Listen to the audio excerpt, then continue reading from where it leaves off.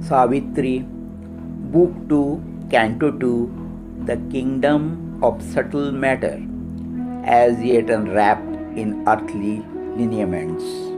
Already it wears outstanding death and birth, convincing the abyss by heavenly form, a covering of its immortality, alive to the luster of the weather's rank, fit to endure the rub of change and time, a tissue mixed of the soul's radiant light and matter's substance of sign burdened force, imagined vainly in our mind's thin air, an abstract phantasm mold of mental make. It feels what earthly bodies cannot feel and is more real than this grosser frame. After the falling of mortality's cloak, lightened is its weight to heighten its ascent, refined to the touch of finer environments. It drops old patterned balls of denser stuff, cancels the grip of earth's descending pull, and bears the soul from world to higher world, till in the naked ether of the peaks, the spirit simplicity alone is left, the eternal being's first transparent robe. But when it must come back to its mortal load and the hard ensemble of earth's experience, then its return resumes that heavier dress. For long before Earth's solid vest was forged by the technique of the atomic void, a lucent envelope of self disguise was opened round the secret spirit in things.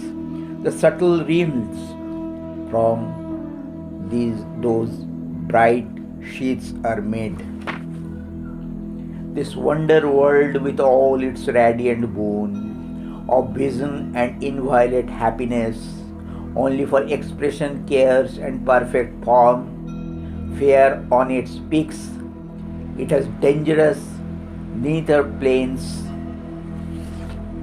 Its light draws towards the verge of nature's laps. It lends beauty to the terror of gulfs and fascinating eyes to perilous gods. Invests with grace the demon and the snake. Its trance imposes Earth's inconscience. Immortality weaves for us dreams somber robe and authorizes our mortality. This medium serves a greater consciousness, a vessel of its concealed autocracy. It is the subtle ground of matter's worlds. It is the immutable in their mutable forms, in the folds of its creative memory. It guards the deathless type of perishing things. Its lowered potencies found our fallen strengths. Its thought invents our reasoned ignorance. Its sense fathers our body's reflexes, our secret breath of untried mightier force, the lurking sun of an instant's inner sight. Its fine suggestions are recovered, found for our indecent, rich imaginings, touching things common with transfiguring hues, till even earth's mud grows rich and warm with the skies, and a glory gleams from the soul's decadence. Its knowledge is our error's starting point. Its beauty dawns our mud mask ugliness.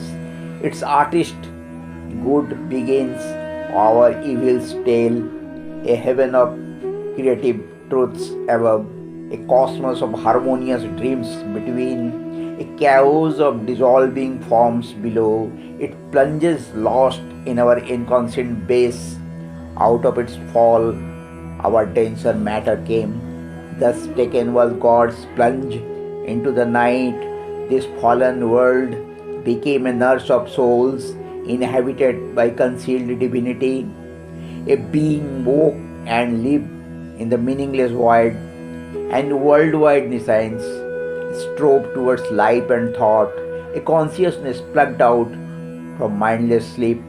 All there is driven by an insentient veil, thus fallen inconscient, frustrate, dense, inert, sunk into inanimate and torpid drowse. Earth lay, a drudge of sleep, forced to create by a subconscient yearning memory, leapt from a happiness dead before she was born, an alien wonder on her senseless breast. This mire must harbor the orchid and the rose. From her blind, unwilling substance must emerge a beauty that belongs to happier spheres. This is the destiny bequeathed to her as if a slain god left a golden trust to a blind force and an imprisoned soul, an immortal godhead's perishable parts. She must reconstitute from fragments lost, revered from a document complete elsewhere, her doubtful title to her divine name, a residue, her soul inheritance, all things she carries in her shapeless dust. Om Namo Bhagavati Shri Arvindaya. Om Namo Bhagavati Shri Arvindaya. Om Namo Bhagavati Shri Arvindaya.